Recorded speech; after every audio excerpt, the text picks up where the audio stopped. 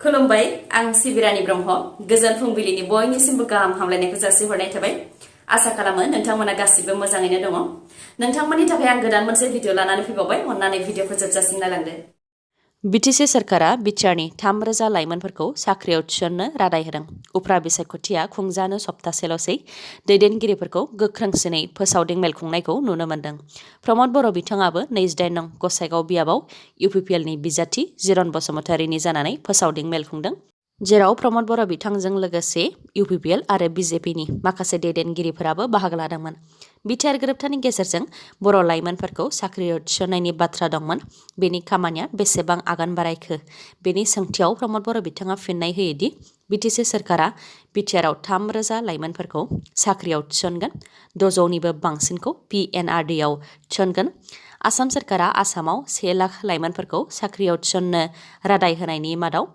10,000खौ बिटिआरनि थाखाय दाबि खालामदों होननानै फोरमायथियो बेनि अनगायैबो आसाम सरकारनि मोन 10 बेटेलियननिफ्राय मोन 3 बेटेलियना बिटिआरनि थाखाय जागोन बेनिनो मोननैया कामान्ड' बेटेलियन जागोन होननानैबो फोरमायथियो प्रमद बर' बिथाङा बेनि अनगायैबो अफिस आदालतफोराव दालालि थिखादार थानायखौ बन्द' खालामनानै रायजो राजानि थाखाय मोजां थासारि खालामगोन होननानैबो रादाय होयो प्रमद बर' बिथाङा मख'नो गोनांदि डक्टर हेमन्त बिश्व शर्माया दिनै जिरन बसुमतारीनि जानानै 28 नं गसाइगाव बियाबनि खासियाबारि आर'नाइ गेवलां गेलेग्रा फोथाराव बिसायख'थिनि फोसावदिं मेल खुंफैगोन गुवाहाटी धीरेनपारायाव सिखाव खावनाय जाथायजों सोमोन्दो थानाय बाक्सानि सानै दाखाथिखौ हमनो हाबावबाय धीरेनपारायाव सिखाव खावनाय गसरनि 15 साननि उनाव गुवाहाटी क्राइम ब्रान्चआ फाथासिल आम्बारिनिफ्राय आशिष मण्डल एबा बाप्पी मण्डलखौ हमनो हानायनि उनावनो सानै सोमोन्दोआव थानाय दाखाथिखौ हमनो हाबावबाय हमजानाय सानै दाखाथिनि मुङा अमरज्योति शरनिया आरो जमिन बर' बाक्सा जिल्लानि सिमला पुलिस थानानि सिङाव थानाय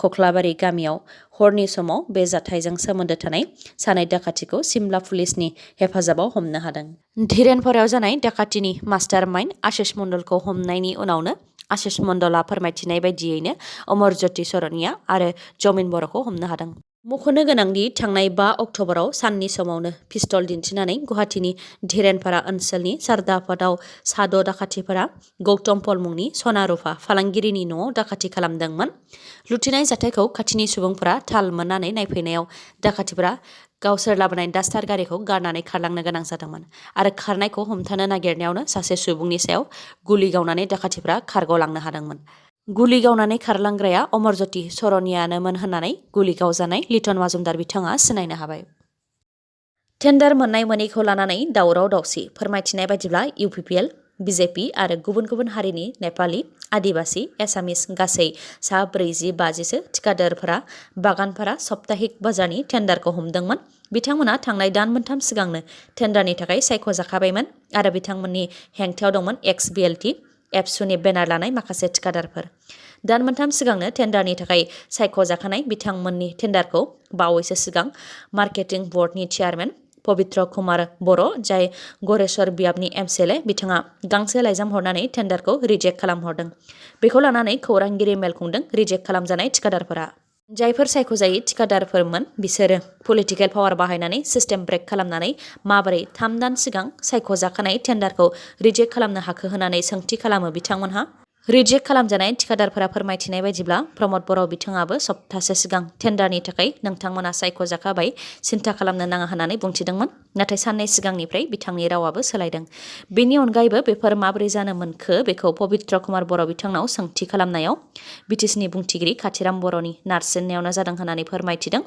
आरो खाथिराम बर' बिथांनाव सोंथि खालामोब्ला खाथिराम बर'आ एबसुजों सावरायनो थाखाय बिथोन होयो होननानै फोरमायथियो लोगोसे बेनि थाखाय न्याय नांगौ होननानैबो दाबि खालामो बिथांमोनहा आरो न्याय मोनाब्ला आयेननि राहा लागोन होननानैबो फोरमायथियो जुदि गांसे लाइजामनि गेजेरजोंनो टेन्डार सेलेक्ट खालामनो हायोब्ला मानो अपेन टेन्डार फोसावनाय होननानैबो सोंथि खालामो बिथांमोनहा आरो टेन्डारनि थाखाय गनायजाथाव नंखायामोनब्ला सिगां मानो सायख'नायमोन होननानैबो सोंथि खालामबावो बिथांमोनहा 3 दान सिगां सायख'जाखानाय टेन्डारखौ रिजेक्ट खालामनानै हरखाबै गुबुननो होनाय माने बेयाव रांनि लेना देना दङ बिटिआरआव प्रमद बर' बिथाङा जाख्ल'नाय गैयै सोरखार दानो थाखाय खनले बुंदोंमोन नाथाय जाख्ल'नायखौ दाबो नुनाय जादों बेनि अनगायैबो सिगांनि BPF सोरखारा गादबग्रा होननानै सोलायनायनि मुङै सोरखार दादोंमोन नाथाय दानि बिटिसि सोरखाराबो सिगांनि बायदियैनो एखे होननानै फोरमायथिबावो बिथांमोनहा बेनि अनगायैबो दानि बिटिसि सोरखाराव सिस्टेमा मोजां नङा होननानै गोबाङानो सावरायलायो, जायखौ लानानै लाजिखांनाय मोनो। मानोना जोंबो बिथांमोननि दोलोनिनो मावथि होननानैबो फोरमायथिबावो बिथांमोनहा।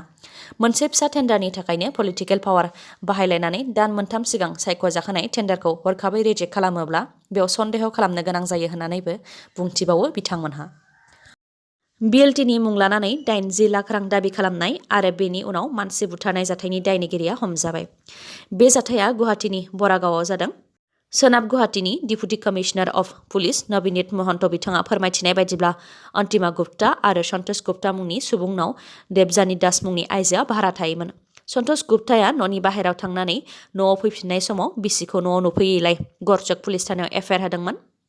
बेनि अनगायैबो अन्तिमा गुप्तानि मबाइलनिफ्राय अन्तिमा गुप्ताया किडनेप जाबाय होननानै सन्तोष गुप्तानि मबाइलाव मेसेज हरदोंमोन आरो 80 लाख रां दाबि खालामहरदोंमोन आरो पुलिसनो खौरां होयोब्ला बेनिख्रुइ गाज्रिसिन जागोन होननानैबो हुमखि होदोंमोन। लोगोसे गावसोरखौ BLTनि सोद्रोमा होननानैबो सिनायथि होदोंमोन। बे जाथायखौ पुलिसनो खौरां होनायनि उनाव पुलिसा गोख्रोङै संदाननायावनो भारा थाग्रा देबजानी दासनि न' सिंनिफ्राय प्लास्टिकआव बोननानै दोननाय अन्तिमा गुप्तानि गोथै देहाखौ मोननो हादों आरो बिथांनि मबाइलखौबो मोननो हादों। बे बुथारनाय जाथाय आरो रां दाबिनाय सोलोखौ देबजानी दासआ गावनो मावदोंमोन होननानै सिमान लादों होननानै पुलिसा फोरमायथियो। लोगोसे सोंनाय फिननायनिफ्राय बेखौनो मिथिनो मोन्दों, देबजानी दास आरो सन्तोष गुप्ताया स्रोदै मोजां मोनखुमालायनायखौ लानानै देबजानी दास आरो अन्तिमा गुप्तानि गेजेराव नांज्लायनाया जादोंमोन आरो उनाव बे जाथायसिम सौहैदों। मख'नो गोनांदि सन्तोष गुप्ताया सासे CAमोन। थांनाय 7 बोसोर सिगां अन्तिमा गुप्ताजों जुलि जादोंमोन, नाथाय बिथांमोनहा फिसा गैयामोन। रायजोआव आयेन बेरेखा जाग्रा मुवा जानाय आरो फालांगि खालामनायखौ होबथानो थाखाय सोरखारा नारा नाथा नाजादों, नाथाय खम जायाखै आयेन बेरेखा फेग्रा मुवा बेसाद जानाय आरो बेनि फालांगिया। सरासनस्रा नोगोरारिफोरखौ बे दायाव हमनो मोनबोबाय थानायनि अनगायैबो आसाम राइफलनि जवानफोराबो ड्राग्स फालांगि खालामनायनि दायाव हमजानाया लाजिनांथाव आरो दुखुनांथाव। आसाम राइफलनि 3 जवान आरो सासे नोगोरारिखौ हिर'इनजों लोगोसे हमनो हादों डिब्रुगड़ पुलिसा। डिब्रुगड़नि ASP बिथुल चेटियानि दैदेननायावनो आसाम राइफलनि 3 जवान आरो सासे नोगोरारिखौ हमनो हादों। हमजानाय 3 जवाननि मुङा रन्जित कुमार सिन्हा, विजय कुमार, फेजल हावले, रुप्रिय आरो नोगोरारि जुनुस खान। बिसोरखौ 269 ग्राम हिर'इनजों लोगोसे हमनो हादों। SP स्वेत्यांग मिश्रा बिथाङा फोरमायथिनाय बायदिब्ला साब्रैखौबो डिब्रुगड़ खाथि जखायनिफ्राय हमनो हादों। फालांगिरिफोरा डिमापुरनिफ्राय तिनसुकिया फारसे फैगासिनो दंमोन आरो हिर'इनखौ तिनसुकियायाव सासे फालांगिरिनो गथायफैनो नागिरदोंमोन। बे समावनो इउनिफर्मआव थानाय आसाम राइफलनि 3 जवान आरो सासे नोगोरारिखौ हमदों आरो हमनो मोननाय हिर'इननि बेसेनखौ 1 कौटि रां जागोन होननानै फोरमायथिदों। बेनि अनगायैबो बङाइगावआवबो ड्राग्स फालांगि खालामफुबाय थानाय समावनो आसाम पुलिसनि आखायाव हमजानो गोनां जादों सासे जवाना। जवाननि मुङा आल्ताफ आली। बाइकजों ड्राग्सखौ फानथिंबाय थानाय समावनो किसान बाजाराव आसाम पुलिसा सिग्रोमनानै आल्ताफ आलीखौ ड्राग्सजों लोगोसे हमनो हादों। बांलादेश हादराव दुर्गा फुजानि समाव जानाय दुंहाव थासारिनि गाहाय दायनिगिरिखौ हमनो हाबाय। दुर्गा फुजानि समाव बांलादेश हादराव जानाय हिंसायारि जाथायनि थाखाय खमैबो 7 सुबुङा जिउ खोमानो गोनां जादोंमोन आरो 60निबो बांसिन सुबुंफोरा जोखोम जानो गोनां जादोंमोन। दुर्गा फुजानि मण्डपाव गांसे खरान मोननायनि उनावनो बे हिंसायारि जाथाया जादोंमोन। बे हिंसायारि गाग्लोबनाय जाथायनि उनावनो बांलादेश पुलिसा गोख्रोङै संदाननाय हाबाखौ मावदोंमोन। बांलादेश पुलिसनि गोख्रोङै संदाननायावनो कुमिलानि दुर्गा फुजा पेन्डेलाव कुरान दोनग्रा गुबै दायनिगिरि इकबाल हुसैनखौ हमनो हाबाय। दुथांखौ बांलादेश पुलिसा बांलादेशनि कक्स मार्केटनिफ्राय हमनो हादों। CCTVनि फुटेजनि गेजेरजोंनो दायनिगिरि इकबाल हुसैनखौ बांलादेश पुलिसा हमनो हादों। फोरमायथिनाय बायदिब्ला इकबाल हुसैना मिथिखा हसिखायै खरानखौ दोनदोंमोन। दुथां इकबाल हुसैना हरनि 2 रिंगासो समाव मस्जिदनिफ्राय खरानखौ लाबोनानै कमिलानि दुर्गा फुजानि पेन्डेलाव खरानखौ दोनफैदोंमोन। बेनि उनावनो बे दुंहाव थासारिया सोमजिदोंमोन।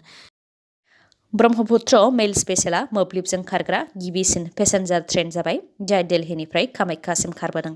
ट्रेन नम्बर 05956 दिल्ली कामाख्या ब्रह्मपुत्र मेल स्पेशेलआ मोब्लिबजों 2000 किल'मिटारनिबो बांसिन खारबोनानै कामाख्या स्टेशनाव सौफैबाय आरो 05955 कामाख्या दिल्ली ब्रह्मपुत्र मेल स्पेशेलआबो कामाख्यानिफ्राय दिल्लीसिम दावबायारि लानानै मोब्लिबजों खारलांफिनबाय।